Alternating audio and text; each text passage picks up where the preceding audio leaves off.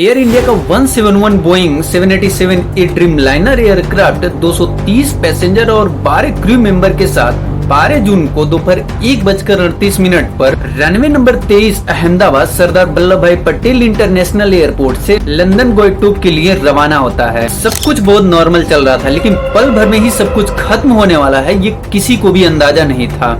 30 second बाद 625 feet की ऊंचाई पर जब ड्रीमलाइनर अपना नियंत्रण खो देता है तो उसका वर्टिकल स्पीड 475 फीट पर मिनट था और मेघानी नगर में बीजी मेडिकल कॉलेज के हॉस्टल और डॉक्टर के क्वार्टर्स पर जाकर क्रैश हो जाता है। मात्र कुछ ही पलों में एयरक्राफ्ट में मौजूद 242 लोगों में से 241 लोग राख बन गए और एक पैसेंजर की जान बच पाई, जिसका जिक्र हम वीडियो में आगे करेंगे।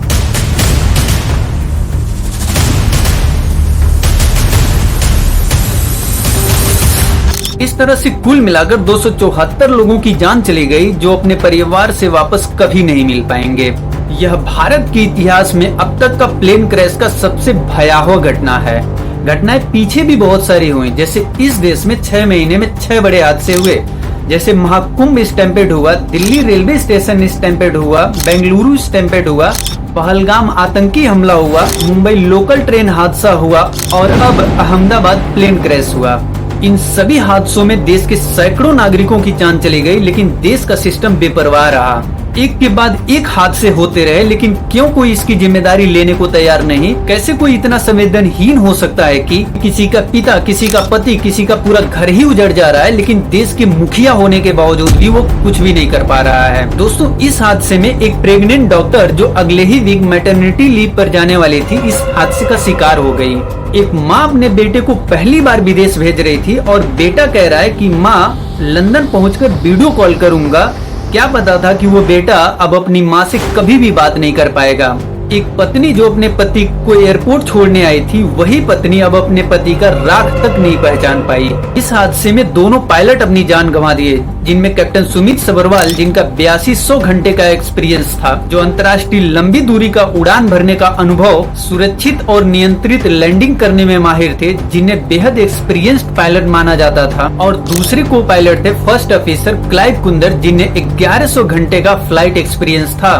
पायलट तो बेहद एक्सपीरियंस थे। फिर क्या वजह थी इस क्रैश का? तो कुछ लोगों का मानना है कि एयर इंडिया के फ्लाइट में अक्सर टेक्निकल इशू होते रहता है, लेकिन कई बार कंपनी इसे इग्नोर कर देती है।